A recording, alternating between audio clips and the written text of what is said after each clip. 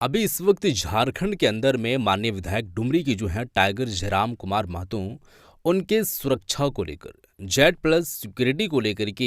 मांग हो रही है और लोग ये मांग कर रहे हैं कि उनके साथ जो हमले हो रही है गाड़ी के साथ कभी उनके साथ तरह तरह के जो है वो उनके ऊपर में टारगेटें जो की जा रही है हमले की जो घटनाएं सामने आ रही है ऐसा ना हो इसके लिए चूंकि वो पार्टी के केंद्र अध्यक्ष भी हैं नए विचारधारा के साथ पॉलिटिक्स में कदम रखे हैं डुमरी के विधायक भी हैं तो लोगों को एजाज चुभ रही है इसके लिए हमको जेड प्लस सिक्योरिटी की जो है वो मांग करनी चाहिए और मांग हम कर दिए हैं गृह मंत्री अमित शाह सेंट्रल गवर्नमेंट के पास जो है वो गृह मंत्री अमित शाह को चिट्ठी जो है वो लिख करके भेज दिए हैं बाजाप्ता और जो है वो ट्वीट भी करते हुए नजर आए हैं राजेश जो है वो रतन जी। अब इनका कहना है सीधे तौर पर अब देखिए ये जो मामला चल ही रहा है इसी बीच में आपको हम बात बताने वाले हैं कि रिजवान क्रांतिकारी आप लोग जानते हैं कि ये लोग दोनों जो है वो साथी थे काफ़ी अच्छे मित्र थे लंगोटिया यार थे लेकिन अनबन क्या हुआ कि विधानसभा चुनाव से पहले इन लोगों की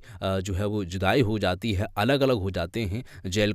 कैम्प की छोड़ को उनके पार्टी को छोड़ करके और रिजवान क्रांतिकारी जेएमएम में शामिल हो जाते हैं और जेएमएम के जो है वो नेता भी बन जाते हैं नाम जो है वो रजिस्टर्ड पूरी तरीके से करवा लेते हैं। अब यहाँ पर उनका कहना है रिजवान क्रांतिकारी टाइगर जयराम कुमार महतो के ऊपर में क्या कुछ बात बोलते हुए नजर आए हैं सीएम मटेरियल को लेकर के जेड प्लस सुरक्षा को लेकर के जो अभी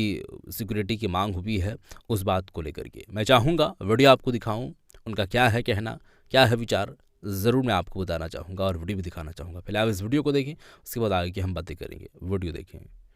वो तो हमेशा जिक्र करते हैं भाई मैं सीएम मटेरियल हूँ तो सीएम तो हमारे राज्य के लोगों ने जिनको चुना था वो इस राज्य के माटी का बेटा आदरणीय हेमंत सोरेन जी को चुना है तो वो मटेरियल तो है सुरक्षा होनी चाहिए। मुझे तो लगता है जिस तरह से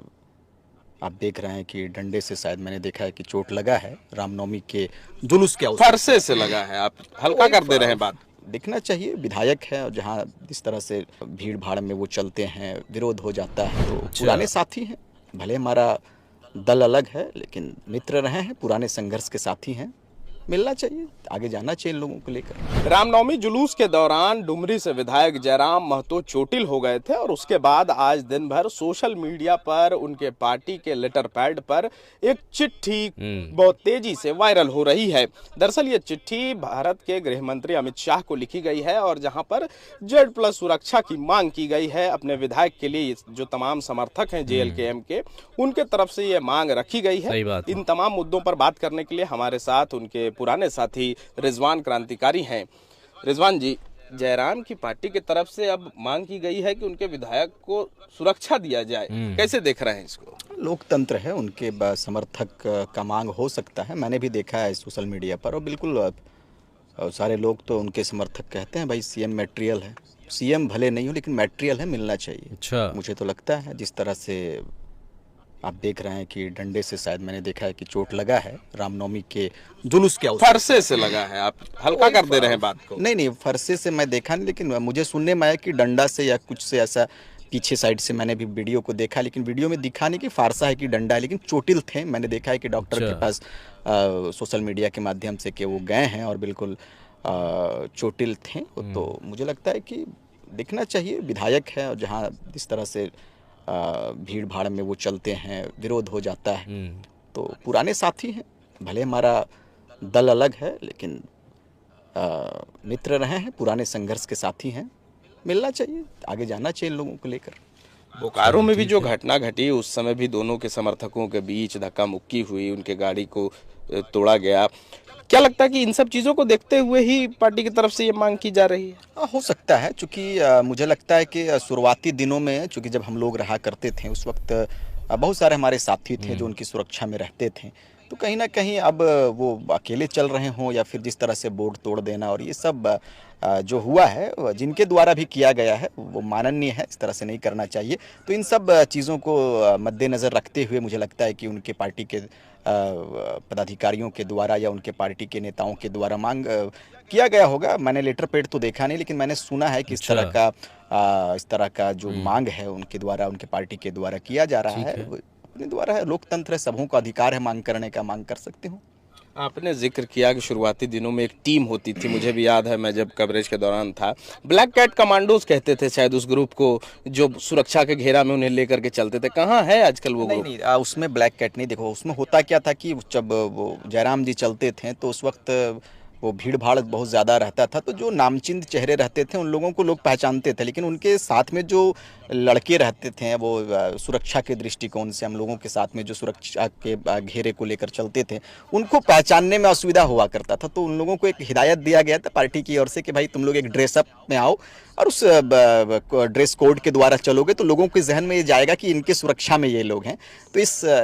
हिसाब से वो ब्लैक टी शर्ट वगैरह में रहते थे, तो उस अच्छा। वक्त रहता था कि भाई ये लोग उनके सुरक्षा में हैं, और बाकी वो ब्लैक कैट वगैरह ऐसा कुछ था नहीं बस। यही सवाल था कि अभी वैसे सुरक्षा दिखता नहीं है। हाँ वही वही आपने देखा है सोशल मीडिया, मैंने भी पढ़ा था कि उनके समर्थकों के द्वारा कहीं ना कहीं लिखा हुआ था कि आदरणीय जयराम जी के सुरक्षा में जो पहले लोग रहा करते थे अब लोगों को वापस आकर उनके सुरक्षा में ध्यान देना चाहिए। अच्छा। तो है उनका निजी मसला हो सकता है, मांग करना सबों का अधिकार है, मांग कर सकते हैं, ये बहुत बड़ी बात नहीं है। उन्हें सुरक्षा मिलनी चाहिए मेरे हिसाब से। अगर वो अपने आप को असुरक्षित महसूस करते हैं और वो तो हमेशा जिक्र करते हैं भाई मैं सीएम मटेरियल हूँ, तो सीएम तो हमारे राज्य के लोगों ने जिनको चुना था वो इस राज्य के माटी का बेटा आदरणीय हेमंत सोरेन जी को चुना है, तो वो मटेरियल तो है, सुरक्षा होने तो हमेशा। अच्छा, चलिए, तो ये बात भी आप लोग सुन चुके हैं दोस्तों। ये थे रिजवान क्रांतिकारी साहब जो जेएमएम में चले गए हैं। तो इनका जो है वो सीधे तौर पर स्टेटमेंट यही है, जब सवाल किए गए कि आपको क्या लगता है हमले हो रहे हैं, और अगर हमले हो रहे हैं तो क्या ये जो मांग हो रही है जो एलकेएम पार्टी की तरफ से जो है वो भारत के गृह मंत्री अमित शाह को जो चिट्ठी लिखी गई है, ट्वीट की गई है, जेड प्लस सिक्योरिटी की मांग की गई है, क्या आपके जानिब से या आपको क्या लगता है ऐसा होना चाहिए, मिलनी चाहिए उनको क्या? तो इनका कहना है कि देखिए अपना राइट्स है, अपना अधिकार है सभी को यहाँ पर जीने का। अगर वो असुरक्षित महसूस कर रहे हैं तो उनको मिलनी चाहिए, और वो जो मांग कर रहे हैं काफ़ी अच्छी बात है। तो ये जो है वो विचारधारा के साथ ये चल रहे हैं, और इनका सीधे तौर पर क्या कुछ कहना था वो बातें भी आप लोग सुन चुके हैं। अब सोशल मीडिया पर यही बातें चल रही है जेड प्लस सिक्योरिटी सुरक्षा की मांग को लेकर के। राज्य के जो है वो तमाम जितने भी अधिकारी लोग हैं, पदाधिकारी लोग हैं, वो अपने अकॉर्डिंग तो काम कर ही रहे हैं, लेकिन यहाँ पर जो चर्चित चेहराएं हैं, जो चर्चित है और जो दिन दहाड़े ऐसा बात बोल रहे हैं बिना किसी डरे हुए, तो उनकी जान की खतरा तो हो ही सकता है। तो अगर वो असुरक्षित महसूस कर रहे हैं तो भारत की जो है वो गृह मंत्री अमित शाह को चिट्ठी लिखी गई है, उनको चाहिए कि वो सुरक्षा मिले और फिर वो असुरक्षित महसूस करे, फिर वो सुरक्षित महसूस करे। अभी जो असुरक्षित महसूस कर रहे हैं उस वक्त वो सुरक्षित महसूस करे जब वो जेड प्लस सिक्योरिटी सुरक्षा उनको मुहैया कराई जाए और उनको मिला जाए। तो इस वीडियो को शेयर कर दें, आपका राय क्या है ज़रूर बताइएगा। मिलते हैं एक और नई वीडियो के साथ, तब तक के लिए खुदा हाफिज़।